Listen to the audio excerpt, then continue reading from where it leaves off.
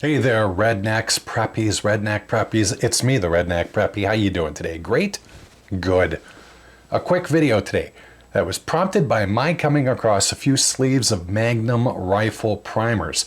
Now, I'd bought them during the age of the unnameable virus of totally unknown origin because regular primers were unobtainium at the time. But I don't think I ever actually got to experimenting with them. Now, there were some commonly quoted benefits to swapping Magnum for standard primers, besides the simple fact that Magnum primers were marginally easier to find than regular primers at the time. The payoff is that you'd see higher velocities, more powerful loads, increased accuracy, dates with Sidney Sweeney. Is any of that true, though? Well, today I'm going to find out. Now, I don't have a lot of Magnum primers, and what I do have is promised to another reloader. So I'm going to keep it simple. The formula for an experiment that would have been interesting during the shortages and not so much these days is thus. I'm going to hand load 5 rounds of 30-06 with the Magnum primers, specifically Winchester large rifle Magnum primers, and another 5 with Federal Champion centerfire large rifle primers number 210. Now, as this incredibly repetitive chart shows, outside of the primers, everything else will be as exactly the same as I can make it.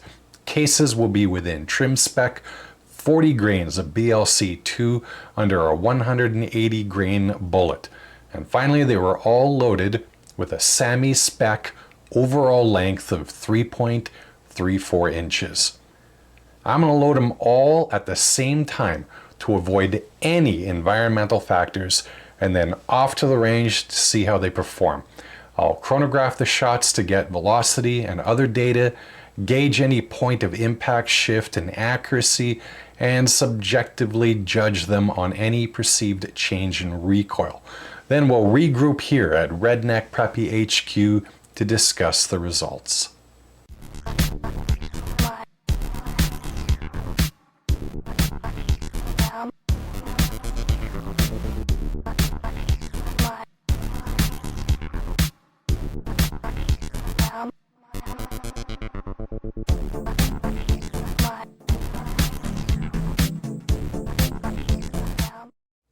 Wasn't that exciting? Are you not entertained? All right, let's go over the numbers and see what we got. Our first set of velocity data on the screen is from the rounds loaded with the Federal large rifle primers. And we got what we would expect with that combination of components. Next up, we have the numbers from the Winchester Magnum primers. In terms of velocity and kinetic energy, there wasn't much difference between the regular and Magnum primers.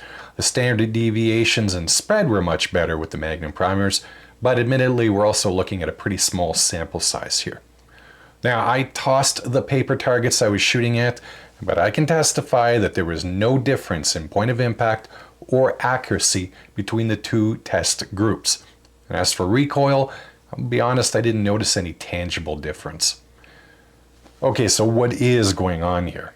The Magnum primers didn't make my 30-06 cartridges shoot faster, they made them slower, but a little more consistent. Now that's the opposite of what most folks likely expect. If you've been told for years that Magnum primers turn your regular rounds into howitzers, you're probably puzzled to see some of these results. Now, even with a small sample size, how do we have Magnum primer rounds averaging slower speeds than cartridges with regular primers? When comparing Magnum and standard rifle primers, the expectation is that the Magnum primers deliver a hotter and more energetic ignition. The practical question for reloaders is whether this difference translates into meaningful changes in muzzle velocity, assuming everything else is the same. Chronograph testing shows that the velocity effect is real, but modest. And my test isn't alone. Others have seen the same thing. In one large primer comparison using a 308 Winchester load, the average velocities across 16 different large rifle primers, both standard and Magnum, varied only by about 35 feet per second. And interestingly, the single fastest primer tested was a Remington 9.5, while the slowest was its Magnum counterpart, the Remington 9.5M.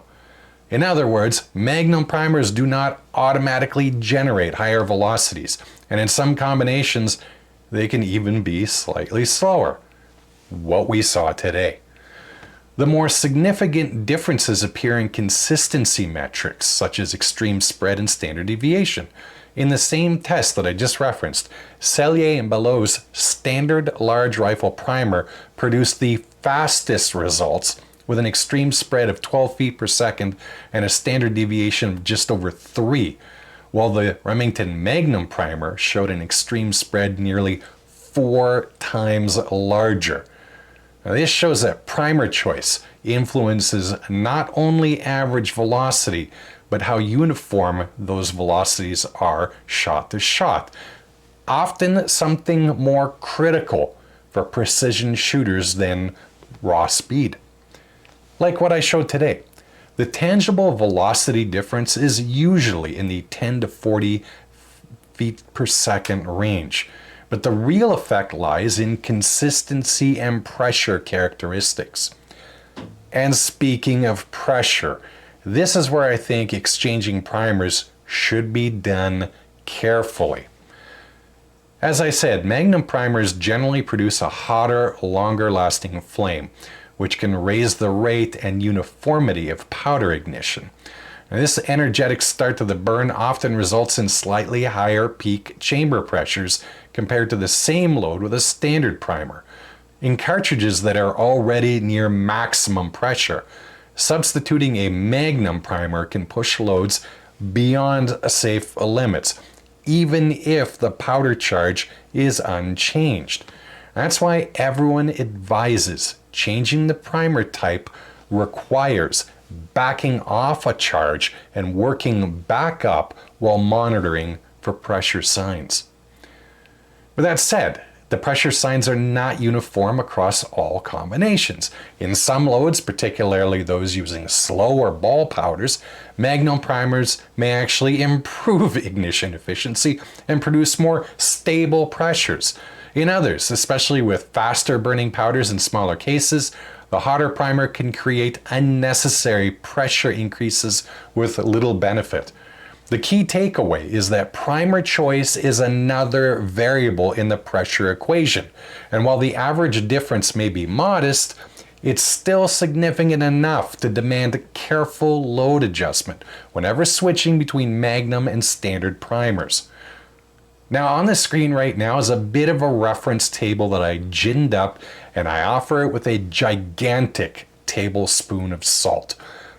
It's not reloading advice. I merely offer it as a rough guide to when using Magnum primers could or should be warranted.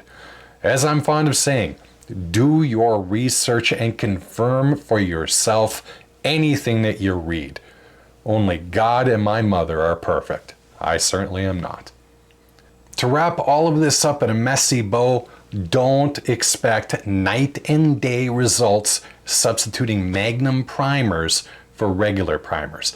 And don't be an idiot if you're doing so with hot loads. Be careful and you shouldn't have any problems. At any rate, I hope you found today's video at least be vaguely entertaining and mildly informative. As always, I hope your adventures in reloading are always fruitful. Take care and bye-bye.